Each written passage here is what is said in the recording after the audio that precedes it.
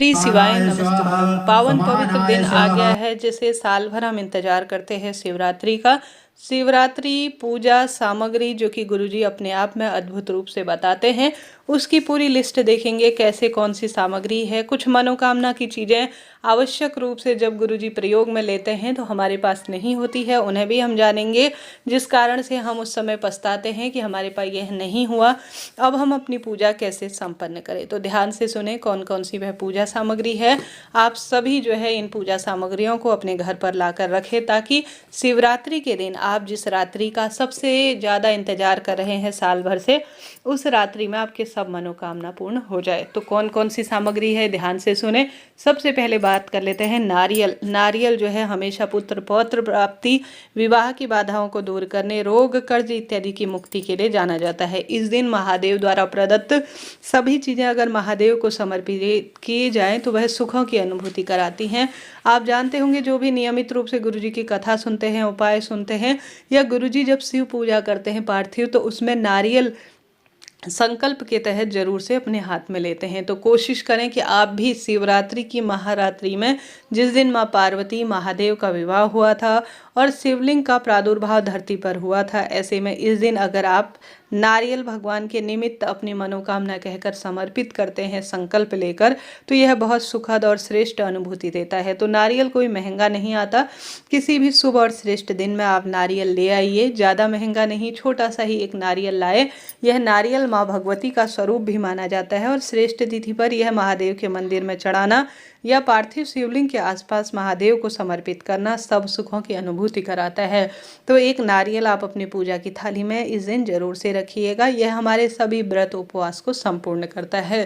तो इनको आपको रखना है। अब बात कर लेते हैं पार्थिव शिवलिंग की।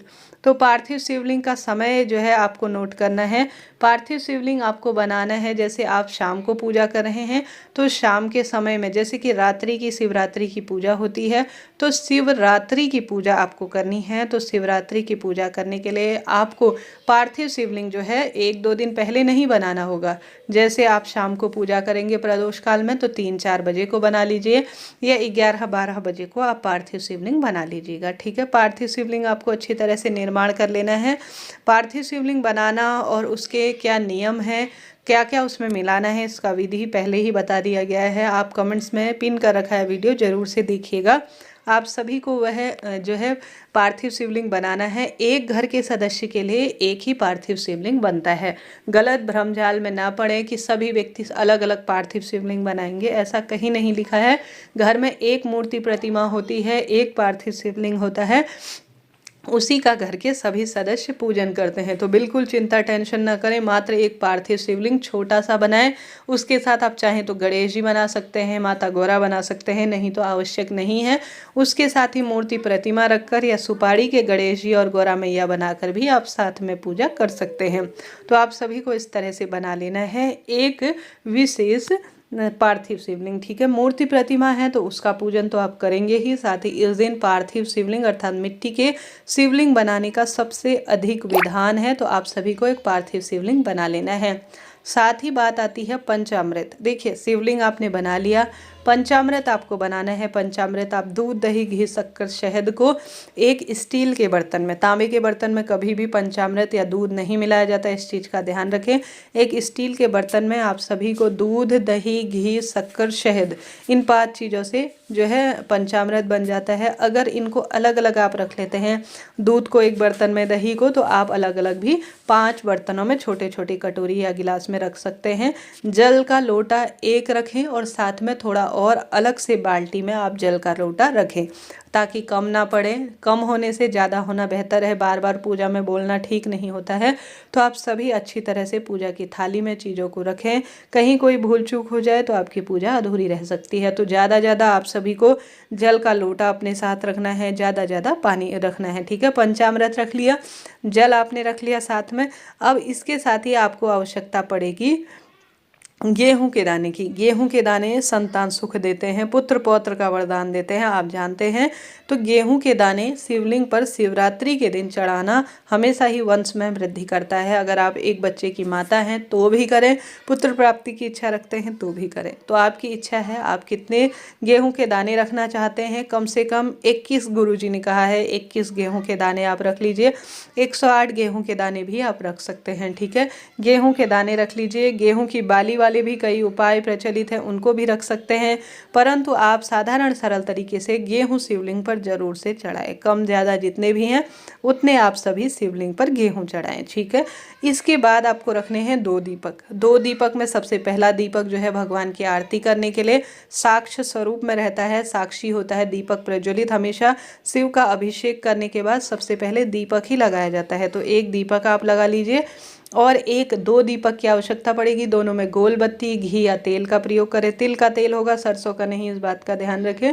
तो दोनों दीपक आप सभी को अपनी पूजा की थाली में रख लेने हैं। देखिए पहले ही वीडियो प्रसारित है ताकि कोई भूल चूक आपसे ना हो। तो 2 दीपक रखें, दोनों में गोल बत्ती, घी का उनमें प्रयोग करें। जलाभिषेक और पंचामृत आपने रख लिया, 2 दीपक आपने रख लिए और साथ ही नारियल आपने रख लिया और गेहूं आपने रख लिए। अब इसके साथ साथ आपको आवश्यकता पड़ेगी कमल गट्टे की। कमल गट्टा जो कि धन लक्ष्मी की पूर्ति करता है, आप जानते होंगे। तो कमल गट्टा आपको रखना है। कमल गट्टा, कमल का पुष्प ना होने पर कमल गट्टा रखा जाता है। कमल गट्टे आपको 5 रखने हैं, कम ज़्यादा भी रख सकते हैं, 5 कमल गट्टे पर्याप्त रहेंगे, ठीक है। अब बारी आती है इसके बाद चावल की। चावल आप जो है 1 कटोरा भर कर रख लीजिए अपने पास।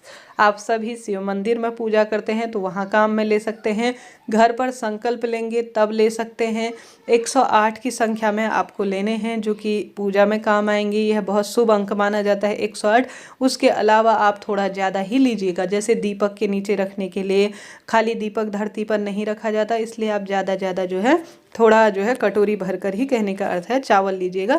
बाद में काम में आ जाते हैं, बच जाते हैं तो वह पूजा के चावल काम ही आते हैं, परंतु कम नहीं होने चाहिए। 108 चावल के दाने रख लीजिए और थोड़ा अधिक भी आप चावल रख लीजिएगा। इसके बाद जो मनोकामना पूर्ति में प्रयोग होता है वह है काली मिर्च, ठीक है। काली मिर्च आपकी संख्या आप चाहें कितनी भी रखें, परंतु गुरुजी के अनुसार शिव पूजा में, पार्थिव शिवलिंग पूजा में 21 काली मिर्च के दाने सबसे उत्तम माने जाते हैं।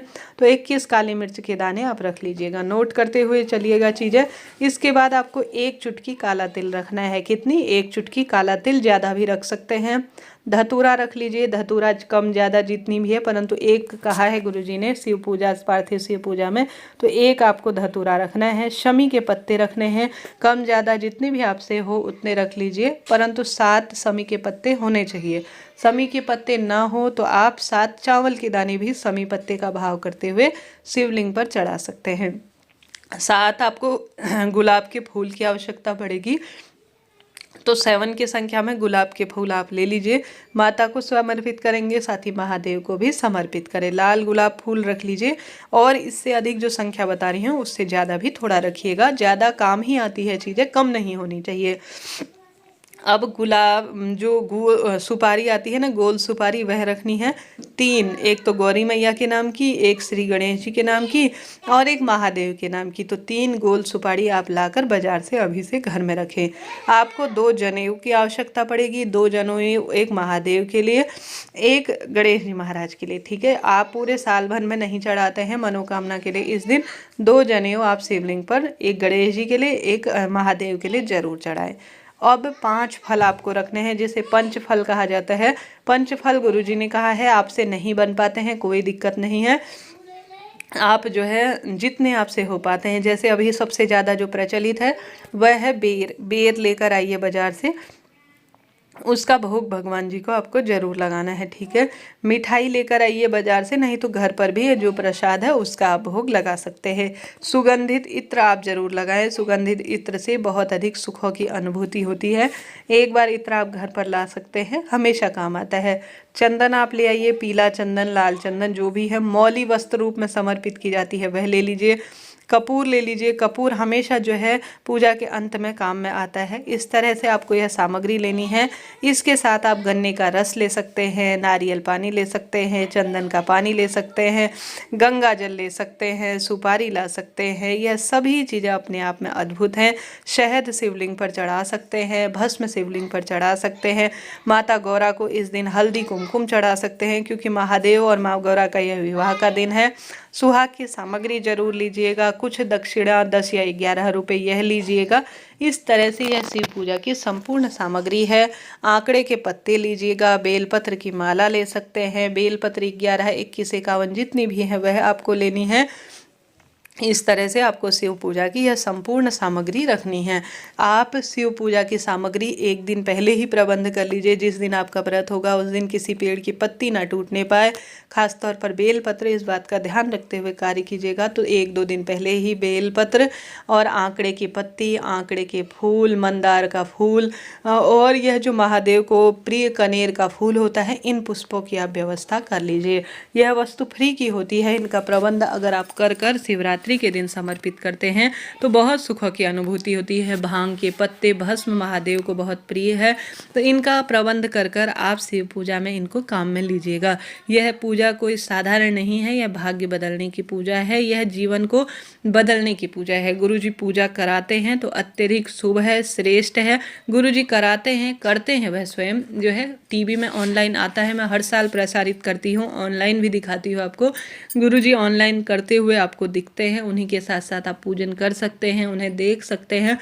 पूजन सामग्री यह सभी शिव पूजा में काम में आती ही है, तो इनको आपने नोट किया और इनके अनुसार आप अपनी पूजा लिस्ट तैयार करें। शिव पूजा में यह सामग्री सभी मनोकामना पूर्ति और उपाय के नियम के रूप में काम में आती है।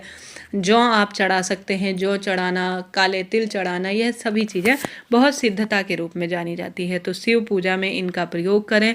घर अगर गुरुजी कराते हैं तो बहुत ही शुभ है, बहुत ही श्रेष्ठ है। गुरुजी नहीं कराते हैं कोई दिक्कत नहीं, आप अपने घर पर खुद से पार्थिव शिव पूजा जरूर से करें। पार्थिव शिव पूजा भाग्य बदल देती है। पुत्र पौत्र की कामना हो, संतान सुख हो, रोग कर्ज जो भी परेशानी चल रही है उनका निदान करने में सहायक है। तो पार्थिव शिवलिंग पूजा के लिए इन सामग्रियों का प्रबंध करें। गुरुजी कराते हैं तो बहुत ही बढ़िया है। आती है उनकी करीब 8-9 बजे के आसपास शाम के समय, वह स्वयं करते हैं और जो है उनका प्रसारण भी होता है। वह सीहोर धाम में, कुबेरेश्वर धाम में अभी विराजित होंगे, जिसमें वह रुद्राक्ष वितरण करेंगे। इसके साथ ही वह पूजा करते हैं, उसका प्रसारण होता है। आप उनको देख देख के कर सकते हैं और जो है आप स्वयं से भी करते हैं पिछले साल की वीडियो देखकर, तो भी वह बहुत सुखद अनुभूति देते ही हैं। आशा है, उम्मीद है वीडियो उपयोगी आपके रहा होगा। कमेंट्स में हर हर महादेव लिखना ना भूलें।